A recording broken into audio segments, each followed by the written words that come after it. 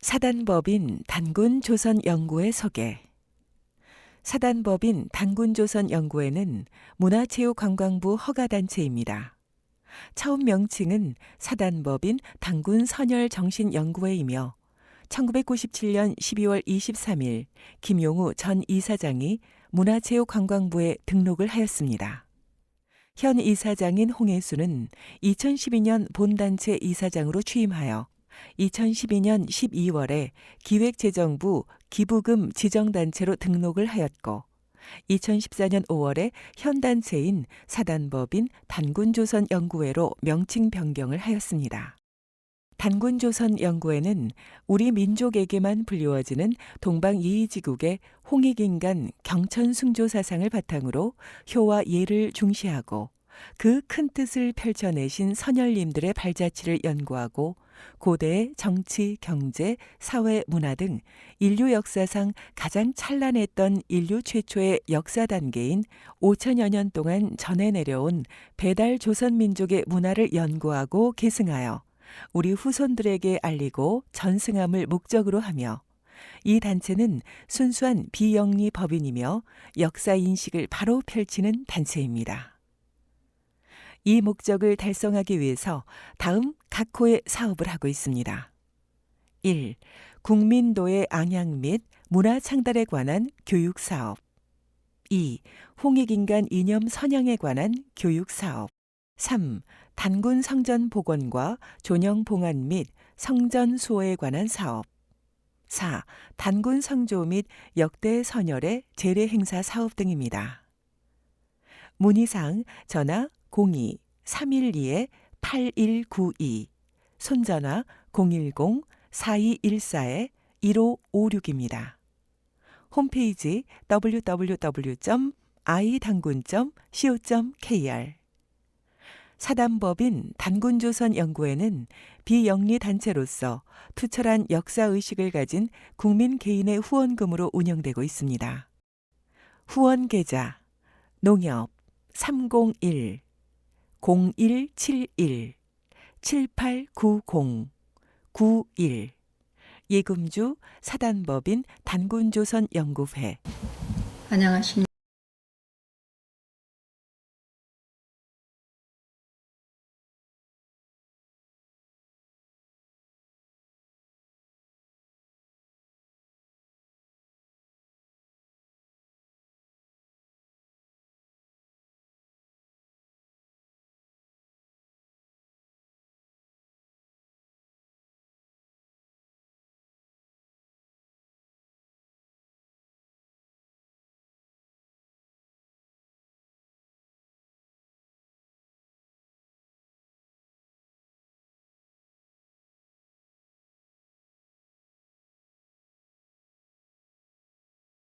조자와 선자의 명칭을 조상으로 받드는 민족은 하늘에서 버리지 않는 민족이라고 할 수 있습니다. 그만큼 우리 조선을 갖고 있다는 것에 대해서 대단히 긍지를 가져야 될 것 같습니다. 이 조선의 조자에 대하여는 천진과 월이 함축된 문자입니다. 즉 우리의 시야에서만 보이는 하나뿐인 하늘 하나가 있고 하나뿐인 땅이 있고 하나뿐인 해가 있고 하나뿐인 이 달로 뭉쳐진 문자입니다. 얼마나 이게 대단합니까?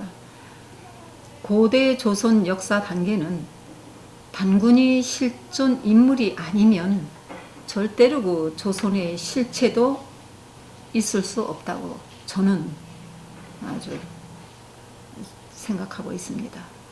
고대 조선의 실체를 밝히는 일은 조선의 조자와 선자의 두 자를 연구하는 것만도 자그마치 1년이 걸린다는 것입니다. 이 두 자만 연구만 해도 그렇게 대단합니다. 이 조자하고 선자가. 이렇게 어려운 과정을 거쳐야 됨에도 불구하고 우리는 너무나 쉽게 접근을 하려고 하고 있으며 또 알려고 하지도 않으며 조자와 선자의 조선의 실체에 대하여도 밝히려 하지도 않고 있습니다. 오히려 내국인이 아닌 중국, 일본을 비롯하여 대만, 러시아, 미국 등 타국에서 조자와 선자에 대한 연구가 아주 대단합니다. 춘추 시대에 조자의 변화에 대한 연구를 하였던 기록이 있습니다. 단군하면 조선이요, 조선하면 단군인, 단군 조선은 우리 민족이 존재하는 한 우리 뇌 속에서는 지워지지 않을 것입니다. 우주 공간의 지구에서 인류들이 생존하고서부터의 조상을 찾는다는 것은 우리 자체를 어리석음으로 끌어들이는 것과도 같다고 하겠습니다. 왜냐하면 존재의 뿌리는 적어도 수백만 년이라 하여도 그 갈래에서 누군가 존재하였고 누구의 갈래에서 전해졌는지를 알 수가 없으므로 과학자들은 DNA로 프로테지를 정하고 있습니다. 존재하였던 인류가 멸종하기도 하고 흔적은 있으나 종족의 자취를 찾아내지 못하여 불가사의한 상태에서 자취를 더듬어 올라가 찾아보려 하는 경우도 있습니다. 인류나 모든 만물들의 생멸의 존재들은 그때마다 환경의 조건에 따라 생하고 멸하는 것이라 하겠습니다. 최초의 인류를 모든 인류들의 조상으로 정하려는 것은 남겨놓고라도 우리 이 민족이 지니고 있는 DNA, 이 피가 지구상에 몇 프로를 차지하고 있는지 듣기로는 지구상에서 우리와 같은 DNA가 일본이 80% 내지 70%가 있고 또 중국이 동북 삼성, 몽고가 70%이고 산동성을 지나면 30%가 떨어진다는 소식을 접한 바 있습니다. 우리가 민족의 뿌리를 찾아내자는 것은 그들이 사용하였던 생활 도구와 언어와 행위, 전하여져 내려온 문자와 문화생활 등입니다. 그동안 몇 번의 고조선이 진의와 실체에 대하여 발표를 하였습니다. 또한 지난 2015년 5월 8일부터는 중국의 중원지역 일대가 배달조선 강력이라는 것을 다음 블로그 배달조선 결의연합입니다. 거기다가 올렸고 단군 조선연구의 홈페이지에 올려놓았으며 지인들에게도 메일로 보냈습니다. 이것은 청나라 말기에 만들어졌다는 원시사회 불합분포 지도입니다. 이렇게 올리게 된 동기는 현재까지 고대 조선의 강력에 대하여 정확하게 지역에 설정을 하지 못하였다고 보며 연구자들마다 각자의 의견들이 분분하였기 때문에 특히 아직까지도 단군이 실존 역사 인물도 아니고 존재하지도 않았다는 이견들이 나와 제1강 모두에서도 밝혔지만 더 이상 단군 조선에 대한 역사 혼돈 시대를 마무리하려는 뜻이 담긴 것입니다. 원시사회 불합분포 지도는 역사서로 등장하는 인물들의 활동 무대가 되는 지역의 입증을 하여주는 것이며 제2강에서 사망시대의 12주와 9주 내지는 제3강에서 중국 호모, 에레툭스 유적지와 중원지역의 200만 년에서 180만 년 전으로 서후도의 강력을 말씀드렸는데 인류 진화의 2단계 그러니까 30만 원에서 50만 년 전입니다. 대표로 정촌인이 살았던 연대는 21만 원에서 8만 년 전이라 하였습니다. 이 정촌 유적지는 서우도의 전 지역이 됩니다. 이 지도에는 제가 빨간 줄을 제가 이렇게 그어놨습니다. 조선의 실체를 밝힘에 있어 최초의 상령 문자 조자죠. 여기에 정자가 들어가 있습니다. 조선의 조자 변화는 여기 지금 이 판에는 올라와 있습니다. 또 강의자전, 또 변화 과정 올려놔 있습니다. 우의 조자의 변천은 중국 웅구경이 지은 도속고 한자에서 인용한 것인데 금문이 각골문보다 약 1000년 전의 글씨라는 것이 청동기 명문에서 밝혀지고 있습니다. 사망오제 시대에 신농수의 손자로 나오는 제정욱입니다. 저는 이 정자를 앞으로 이제 쓸 겁니다. 정욱에 대해서는. 명칭에서 정자가 들어있는데 연관을 짓는 것은 제정욱은 소호 김천시의 뒤를 이어 제3대로 등극을 합니다. 소호 김천시 때 임금 왕자가 생기나 고양시 때 제왕인 이 천자가, 여기는 이 사람이 일자에 서 있는 모습입니다. 상령문이죠, 이게. 이제 이 대지 위에 서 있는 왕의 초체자입니다. 이때 왕자가 최초로 나옵니다.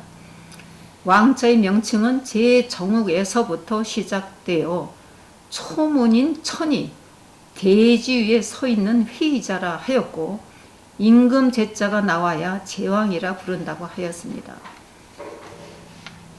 금문신고 청동기 명문에서는 고양시 때 왕조가 생기는 것으로 되어 있습니다. 지금 이제 많이 다른 데서 말을 많이 하고 있죠. 여러 가지로.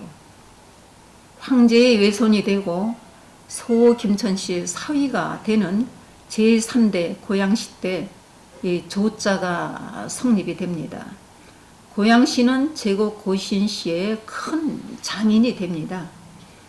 이 상령 문자인 천자가 이제 이때 나오죠. 이때서부터 천자 자리에 즉위함으로 임금이 되었다는 사실을 밝히는 최초의 명문이라 하겠으며 이것으로 그 시대에 나라가 이제 있었고 그 나라에 임금이 있었다는 것을 말할 수 있게 되었다는 것입니다. 나중에 나오겠지만은 이 고향성이 나옵니다. 아울러 문자의 역사는 양족입니다. 우리가 양족입니다. 양족인 신농시 결의부치에 의해서 창조되었다고 금문신고 저자인 낙빙기는 설명을 하였으며 정욱 고양시란 양씨 집안을 대표하여 정상 곧 천자가 된 사람이란 뜻이라 하였습니다. 이 정자는 사람을 대표하는 우두머리로 상징하는 글자로 일반 학자들은 고물의 정이라 쓰고 꼭대기의 정을 의미하는 최고의 자리인 정상을 뜻하는 글자가 되기도 한다고 하였는데 낙빙기 선생님은 주씨라고 했습니다. 그리고 소남자는 정옥이라고 밝혔습니다. 왜냐하면 구슬 같다 해서 이제 이랬는데 저는 이것을 우리가 역사가 뭐 아래서 태어났니 하지만 이를 최고의 그 정상으로 생각을 하고 저는 그 고물의 정을 해서 정옥으로 저는 쓰고 있습니다. 제정옥 시대에 삼신에게 제를 올리는 종묘사직인 종묘가 생겨나며 바로 고대 조선 역사 단계에서 조선하는 조자와 배달하는 배자에 지금 우리가 사용하는 조자에는 월자가 들어가 있는데 이것은 후에 하나라 시대에 바뀌어졌다고 합니다. 이 월자가 나중에 들어갑니다. 처음부터 있었던 게 아닙니다. 강의자전에는 이 월자가 5번을 밝히는 과정이 명시되어 있습니다. 그리고 이제 여기 원시사회 불합분포 지도가 나옵니다. 제가 배달조선 강력이라는 여기다 이제 이름을 놓습니다. 여기에서 다 일어납니다. 여기서 복해시, 염제, 도당시, 황제, 탐록, 싸움 다 여기서 일어납니다. 청나라 시대에 그려진 우리의 원시사회 불학 분포의 지도를 올리는 것은 인류 역사 단계, 특히 동아시아를 대표하는 동방에 뿌리는 이 지역을 위주로 역사서가 쓰여졌고 앙서 문화의 각하 문자도 이 지역을 벗어날 수 없으며 배달조선의 선양시대 인물들이 모두 이 지역을 벗어날 수 없었기에 배달조선 강력이라는 표지를 하여 놓았습니다. 고대 조선의 실체 주인공인 당군인 곤도 이 지역에서 활동한 무다가 되겠습니다. 후에 사망오제 시대에 12주에서 9주가 이제 3주가 빠져나가죠. 될 때 사만이 빠져나가 이웃나라 내지는 전 지역으로 흩어지면서 인류들의 평화로웠던 외인애지, 그러니까 남을 끌어안은 그런 시대는 이제 이게 산해경의 그 해내경 속에 있습니다. 시대는 막이 내려지고 그 후손들의 삶은 형제지간의 갈등과 동족끼리의 다툼으로 투쟁하며 권력의 집권에 억눌려서 헐벗고 고달픈 생으로 이어졌다고 봐야 될 것입니다. 우리는 지금까지 이렇게 하고 있습니다. 우리 민족이 어떠한 경로로 흩어지고 어떤 활동을 어떻게 하였는가는 일일이 밝힐 수는 없으나 다만 최초의 문자와 말과 국가 단계가 어디서부터인가를 연구하며 찾아내는 일에 조금이나마 보탬이 되고자 합니다. 어떤 일에서나 과거는 있게 마련입니다. 이때 조상을 찾아내는 일도 마찬가지입니다. 우리가 동방의 나라며 동이족이라 하지만 그 이때는 누구였는지를 따지게 됩니다. 예를 들어 금문석의 고조선 김재섭 페이지 136입니다. 여기서 김재섭 선생님은 말을 하고 있습니다. 이게 그 책에 나오는 내용입니다.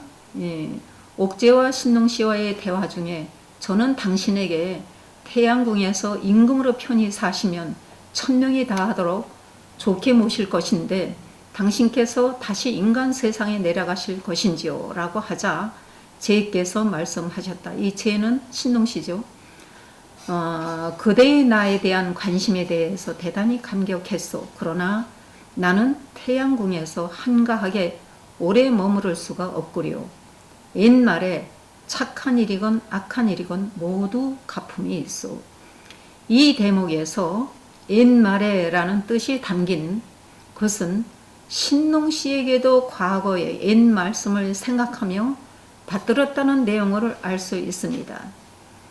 그때의 고대 조선을 밝히는 일은 모두에도 말씀 올렸듯이 조자 선자를 놓고 토론을 한다면 1년이 걸린다 하였는데 지금 여러분에게 제가 알려드린다 하는 것이 얼마만큼 이해가 되실 수 있을 것인지는 안타까울 뿐입니다. 조자 선자는 그 당시에 사람의 시칭 명칭으로 뭉쳐진 자입니다. 시칭 명칭으로 뭉쳐진 이 조자는 바로 곤이 붕어하기 전, 그러니까 돌아가시 전까지죠. 붕어하기 전까지도 제를 올렸던 인물들이 뭉쳐진 문자이기 때문에 매우 중요하며 그래서인지는 모르겠으나 지금까지도 세계의 학자들이 연구하며 관심이 대상이 된다고 봐야 될 것입니다.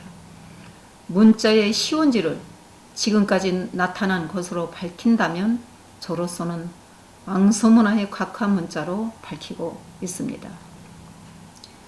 인류 문화의 시작 단계는 문자의 시작으로 보아야 되기 때문입니다. 특히 문자의 형태는 바로 그 시대의 문화를 알려주는 과정이 될 것입니다. 역사의 정체성을 찾아내어 밝히는 일은 일부는 파악하지 못하는 부분도 많지만 우리가 또는 우리 후손들, 자자손손들이 해야 할 일들입니다. 지나온 과거사를 연구하고 탐구함으로 해서 잘못 가고 있는 현실을 선대조님들의 바른 선행을 배우고 익혀 사회 질서에서 타인의 누가 되지 않는 도리를 알고 경천승조 정신으로 애족의 마음을 갖게 하는 홍익정신 사회를 만들어감에 보탬이 되리라 생각하고 있습니다. 이스라엘 민족이 그들의 역사 인식을 우선시하는 교육은 우리도 배워야 될 것입니다. 바로 토라 정신이죠. 앙소문화 각하문자의 연대는 약 8,000년에서 6,000년으로 기록되어 있습니다.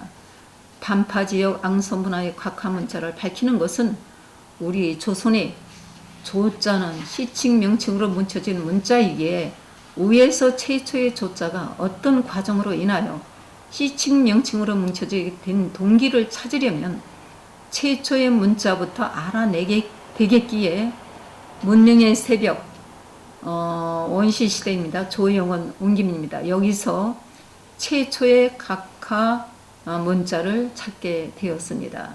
보통 상식으로 문자 문명 발달 체계는 대략 중국의 문자 기원으로 보았을 때 지금까지 밝혀진 것으로 중국의 앙소문화의 반파 유형 도기 각하 부호로 이것을 가지고 추정하고 있기 때문입니다.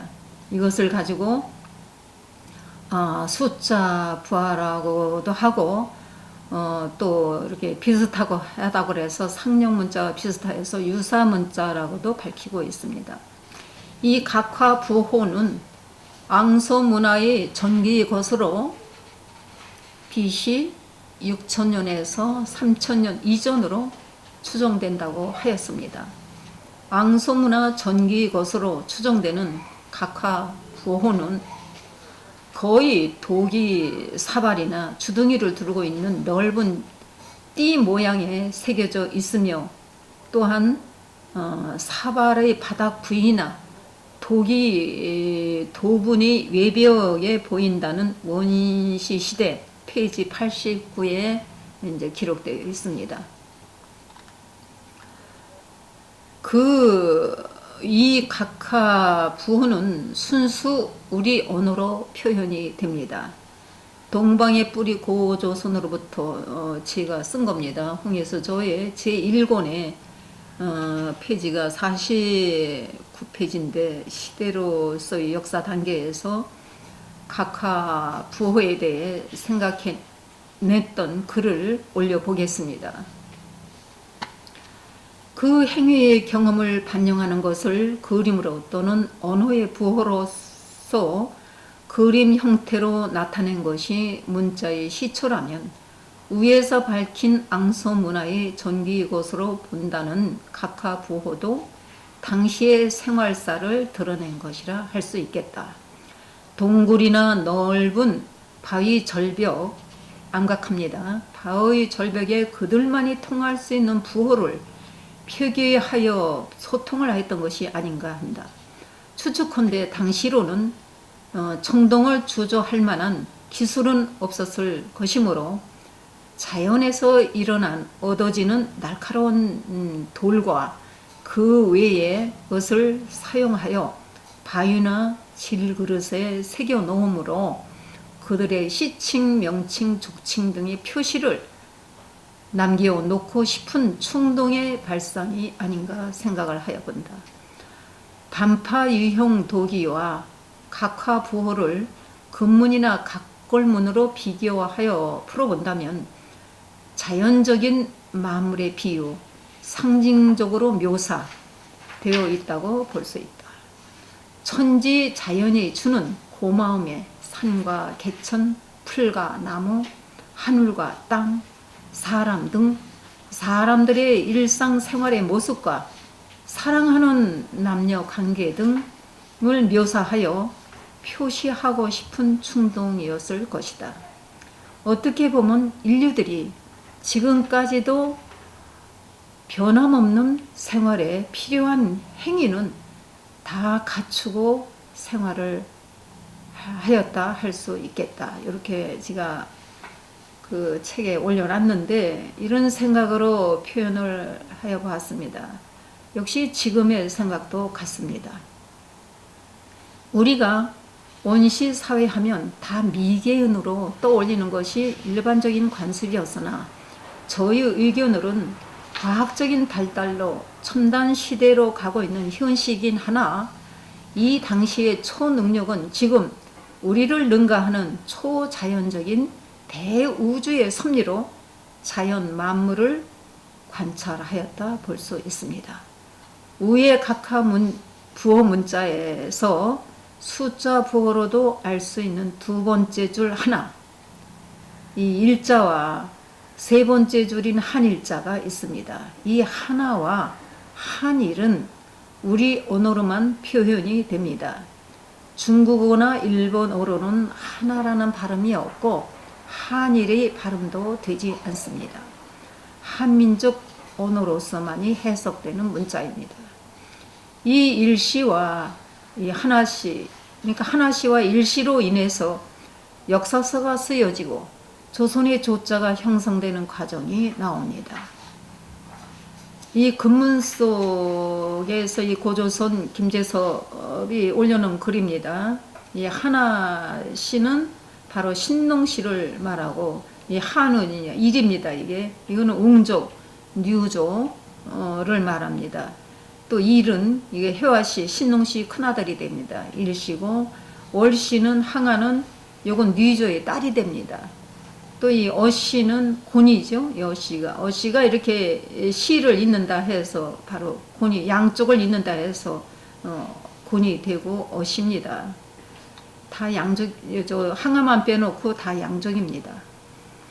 5분을 명시하여 놓았으며 김재섭은 이 5분이 역사에서 어떤 일을 하였는지를 풀이할 수 있으면 우리 고조선 역사가 문헌이 아닌 실제의 문자학으로 환골탈태하여 새롭게 태어날 수 있을 것이다 라고 하였습니다. 김재섭 선생은 이 5분을 위주로 처음부터 끝까지 근문 속의 고조선을 써내려갈 것을 명시하였습니다. 결론은 그만큼 손남저 선생님도 고대 조선의 연구가 얼마나 중요하고 필요함을 명시하여 주는 것이라 하겠습니다. 오늘은 고대 조선 실체에 대하여 첫 번째 말씀을 올렸습니다. 고대 조선의 실체를 밝히는 일은 간단한 일이 아님을 모두에서도 말씀드렸습니다만 하여튼 최선을 다해 보겠습니다. 감사합니다.